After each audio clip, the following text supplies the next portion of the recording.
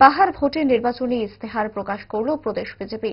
পাহাড় উন্নয়নের প্রশ্নে আগামী দিনে দলের কি কি পরিকল্পনা রয়েছে তা জনসমক্ষে তুলে ধরতে বিভিন্ন রাজনৈতিক দল তাদের কর্মপরিকল্পনার সম্ভাব্য দলিল পেশ করে থাকে। সেই দলিল আজ প্রকাশ করেছে শাসক জোটের বড় শরিক বিজেপি।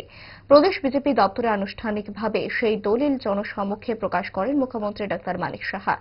ইস্তেহার প্রকাশ অনুষ্ঠানে মুখ্যমন্ত্রীর সঙ্গে উপস্থিত ছিলেন প্রদেশ বিজেপির সভাপতি রাজীব ভট্টাচার্য, মন্ত্রী বিকাশ দেববর্মা, শান্তনা চাকমা, প্রাক্তন সাংসদ রেবুদে ত্রিপুরা সহ অন্যান্য নেতৃত্ব। দেখা গেছে, নির্বাচনী প্রতিশ্রুতির লিখিত দলিলে পাহাড় উন্নয়নের জন্য গুচ্ছ 29টি প্রতিশ্রুতি জনসমক্ষে রেখেছে বিজেপি। উন্নয়নের রূপরেখা কি থাকবে তা উল্লেখ করা হয়েছে দলিলে। ইস্তেহার প্রকাশ করে মুখ্যমন্ত্রী ডাক্তার মানিক সাহা জানিয়েছেন, পাহাড়ে ক্ষমতার হাত বদল নিশ্চিত হয়ে গেছে। পাহাড়ে সরকার গঠনের পর এই 29 দফা গুচ্ছ উন্নয়ন কর্মসূচি বাস্তবায়নে মনোযোগী হবে বিজেপি।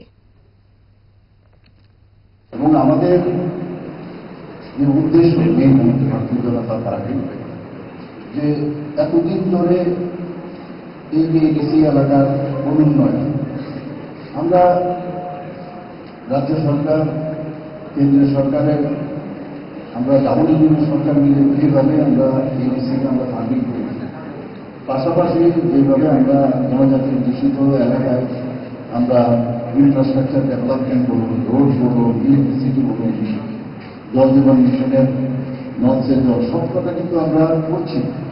এবং মাননীয় প্রধানমন্ত্রীজি আপনি দেখেছেন কিছুদিন আগেও বলেছেন রিয়াং শরণার্থীদের মানে এইরকম কিছুদিন হলো খালি সেখানে তাদের যে সেন্টারগুলি তৈরি হয়েছে সেখানে ডিসি করতে গেছে।